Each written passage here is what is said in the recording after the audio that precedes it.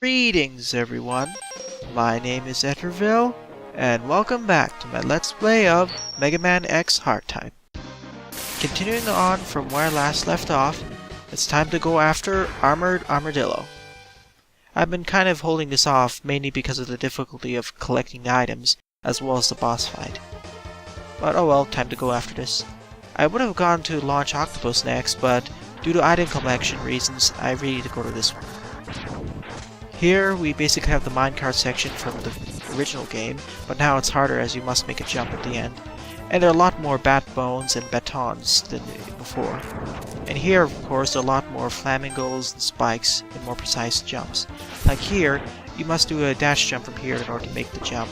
It's a bit difficult, as if you dash jump from too high, you'll hit the top spike, or if you dash jump too low, you'll hit the bottom spike.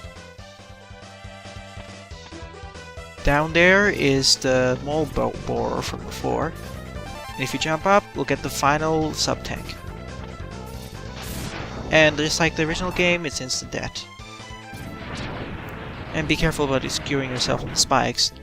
They'll do 12 damage now, but it's still quite dangerous. Now, if you were fast enough to make it past the mole borer, you could have made that jump in order to go on top of those stones, but because I let it pass, I had to do another neon jump. Or you could just use the charged up storm tornado. These batons are nice for refilling my weapon energy, as well as my sub-tank, which I'll need in order to get the secret item in the stage. And with that out of the way, I basically refilled all my sub-tanks. Only a few more upgrades left, and I'll be able to get the secret. Well, we pretty much all know what the secret is by this point. It's listed on the stage select itself as a bunch of question marks. Here we have to get past all those bat bones, metals, and spikies. Just take it slowly, keep it charged, and you should be fine. Here, get ready to make a dash jump or dash to the left. Otherwise, if you don't dash, you'll hit the top of the wall, take some damage, and you'll fall into the pit below. This happened two dozen times when I was doing the first few runs, so be careful about that. Always dash to left or right.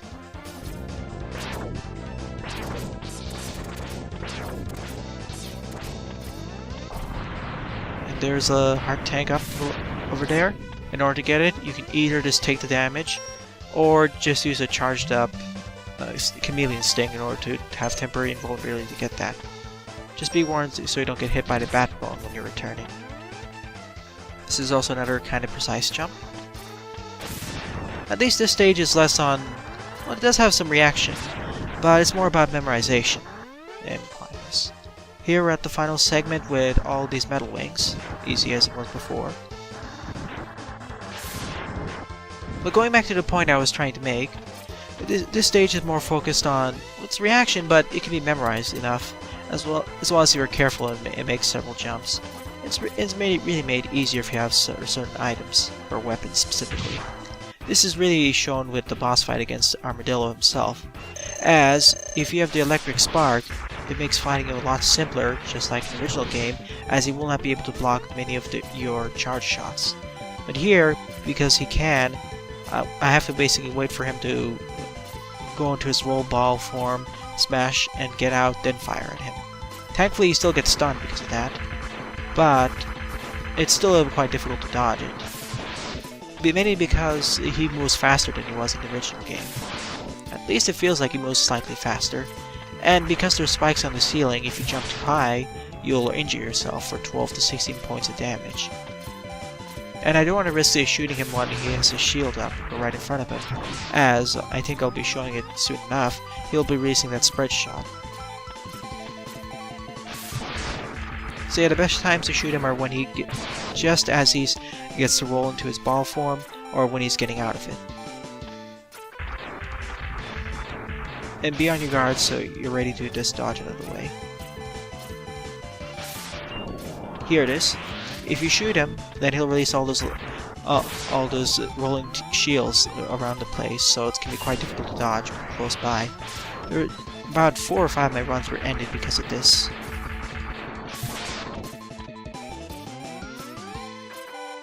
But trust me, once you actually remove his armor, which I will show off during the rematch, he's much simpler. And yeah, I don't know why I did 1 damage there. But with that, I would say the most difficult boss in terms of recording is down.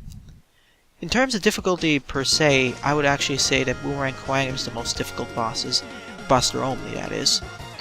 But in terms of re-records, Armadillo is the most difficult due to his unpredictability of when he would get in and out of his ball form and his speed.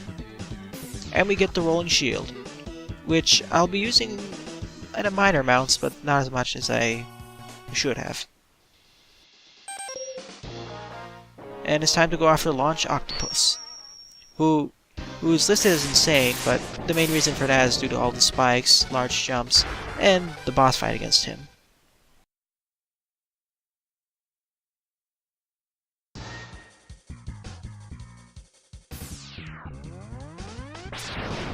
Over here we start out with some aiming hoppers, as well as this Mega Tortoise.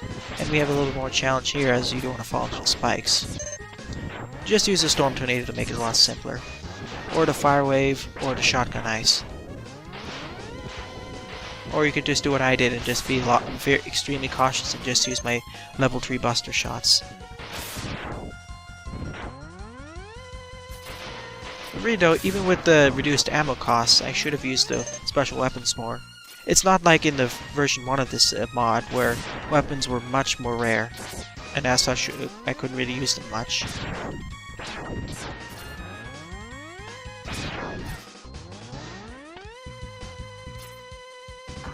Alright, here's the Anglerage, the mid-boss of the stage. What I decided to do is to spam Electric Sparks for the first one. But if you just try doing Buster only, it can be quite challenging. Mainly because of when he tries blowing you back when he fires those arrows.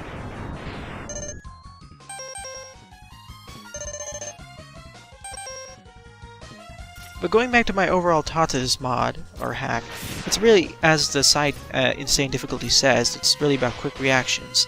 Memorizing is quite helpful, but after a certain point, especially with a few stages, reacting quickly is a better option, which is especially shown during the Sigma stages. Here it's more memorization, but with stages like Armadillos, Kuwangers, Flame Mammoth, it's more about just getting used to the enemy patterns and smarter AI. Well, smarter AI, yes, but it's not too unfair. It's not like the AIs are so smart and react so quickly that it's almost impossible to get through the stages. No, they're still pretty simple.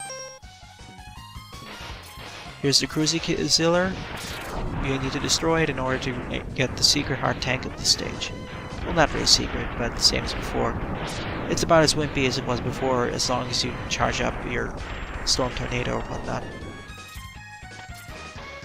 Here's a lot more difficult to match against the Ouroboros, the Sea Serpent right over here. Mainly because of the large gap in the top part of the room, where there's spikes in the ceiling and on the floor. So I try to stick to the wall as much as possible. Its weak points are of course the head and tail, but thankfully it's not too much of a threat. The most of the threat is falling off and skewing yourself on the spike or jumping too high.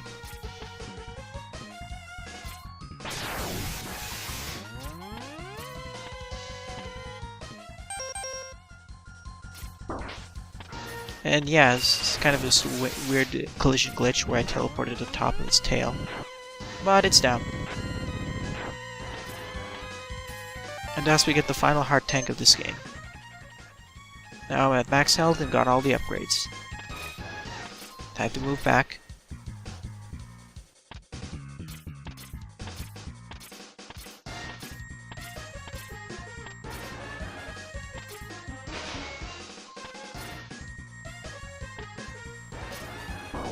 Coming up is the second Ouroboros fight, or technically the first if you didn't destroy that ship.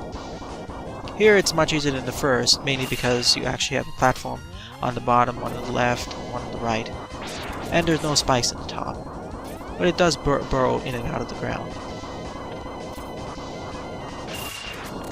So just keep mashing the fire button at its tail or head and you should be dead. In fact, it would be even faster if I just use weapons like the Fire Wave, boomerang cutter, which I did earlier, chameleon sting, electric spark, etc., etc. Too bad the storm tornado didn't really work out.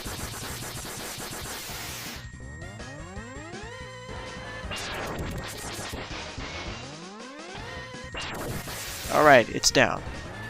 Just be careful to actually fall on the middle platform itself, unlike what I did in the first few times, it fell on the spikes. Here are the final blowfishes, and we'll be able to make it to the launch octopus himself. And later on, the blowfish challenges will be getting more challenging in the Sigma stages, where you have to position yourself in the correct fashion so you actually make the jump. Alright, here's Launch Octopus himself, where I would say most of the difficulty arises from the uniquely shaped boss room. The rematch, I would say, is more difficult.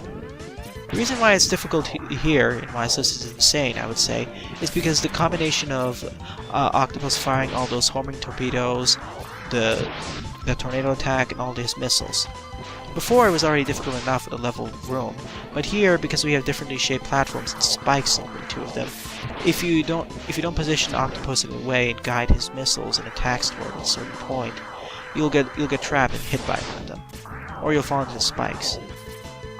So my suggestion is to try guiding his missiles in one way or another, like jump when you see he's going to throw it, or just slide under it. This took several dozen attempts as well, but not as much as Armadillo, as if you get the hang of it, he's semi-predictable. Although I don't really show it off right here. And even with his weakness, he's still quite challenging. But boom! A classic finish to this. And with Octopus out of the way, all main 8 Mavericks are down. But of course, before moving on to the Sigma stages, there's one last thing I must do. And here's the homing torpedo, which acts about the same way as it was before, just with less ammo. And I really should have used it more, especially with some of the batons and flying enemies. Here's the conversation with Zero, following the defeat of all those 8 Mavericks. I can access Sigma Stage 1 now, but before that, let's go back to Armadillo stage in order to get the Hadouken upgrade. In order to do it, you must basically go to this final segment without taking any points of damage, which is why I use the charged up rolling shield, just in case. Get every single upgrade, take no damage, and fill up all your sub-tank specs, and this capsule will be over here. And in it is the Hadouken upgrade. And also a reference to the Shenlong funny mistranslation in the Street Fighter games. A nice reference to that quote. The way you do Hadouken is the same button presses as it was in the original game, though its power has been really nerfed. You still need to be at full health to throw a Hadouken, but unlike before, it does 10 points of damage per shot instead of the instant death. So it's a 3-shot kill, but it's still pretty powerful against a lot of bosses. Alright then, with that out of the way, every single upgrade has been achieved.